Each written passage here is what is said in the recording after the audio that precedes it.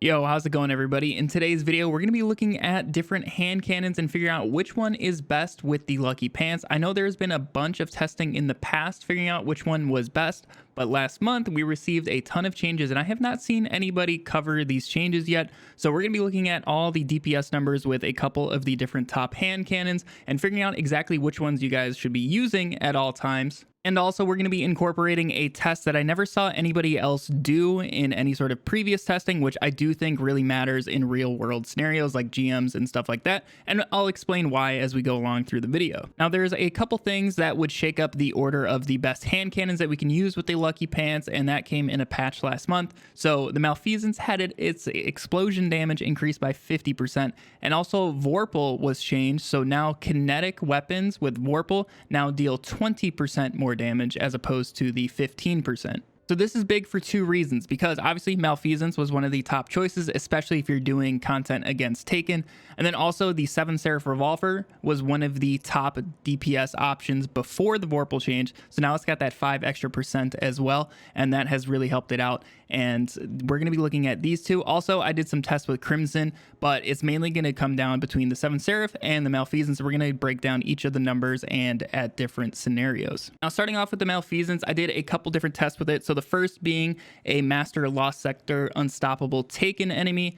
And I compared the Malfeasance and the 7 Seraph Revolver at both close and far range. So that's the big thing that I never saw anybody else test, was the damage fall off in terms of ranges, because in GMs and stuff like Lake of Shadows is a great example. You're not always going to be in that max DPS range, and the range of the hand cannon is going to play a factor and determine which is best for the different scenarios. So I did calculate the theoretical max damage possible in terms of hitting like all crits, and the Malfeasance at close range ended up with a total damage of 326,001 damage against this Unstoppable Taken for a DPS of 54,333, because we have 6 seconds with the Lucky Pants buff, and that's what it's going to turn out to be. So in that 6-second window, we could get 18 shots off with both the Malfeasance and the 7 Seraph Revolver. And since the Malfeasance, every 5 shots you put into an enemy, it's going to trigger 5 explosions on that enemy. And on this particular Unstoppable,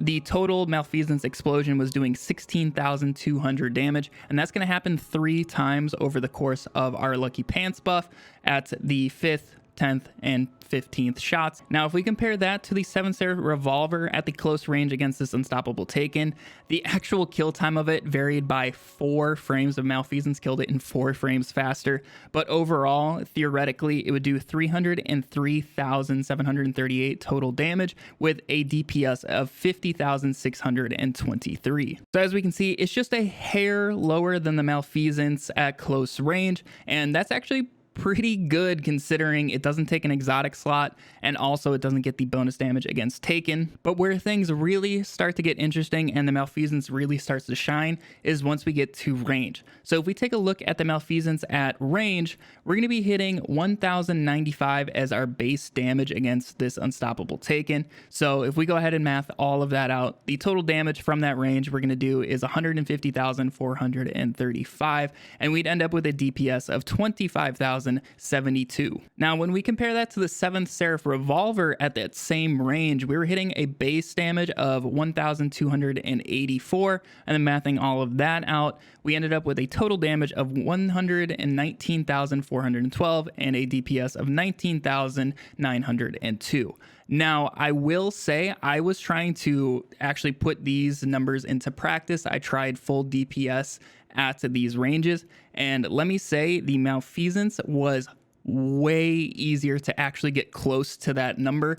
The 7 Seraph Revolver at range was really hard to control. I was missing a lot of crits, so if you guys don't have a div, I think the Malfeasance is always going to be your choice. You're just going to have to sacrifice that exotic slot in case you wanted to use like one of the exotic bows. So after doing those tests, that got me curious to see how the Malfeasance would stack up against the 7 Seraph Revolver against non-Taken enemies. So that's why I took it over to Carl, and just starting off looking at our Malfeasance base damage at the close ranges, we're going to be hitting 3,307 as that base damage number. So if we go ahead, obviously math out all of the Lucky Pants numbers, we're going to be hitting a total damage of 358,461 against Carl, and that's a DPS of 59,743, which is incredibly good for a kinetic primary. That is really, really good. And then going ahead and comparing that to the 7th Seraph Revolver at the same range, our base damage is 4,277.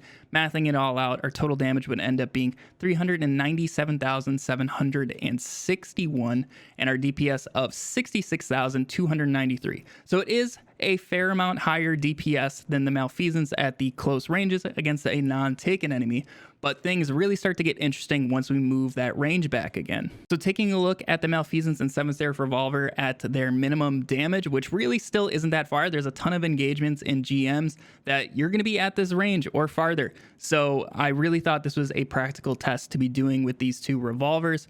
Now, with this, the Malfeasance was doing 1,102 as base damage, so mathing it all out, total damage of 153,396 and a DPS of 25,566. So as you guys can see, obviously the damage is really going to fall off, but still 25,000 DPS is still not bad for a kinetic primary at very far ranges.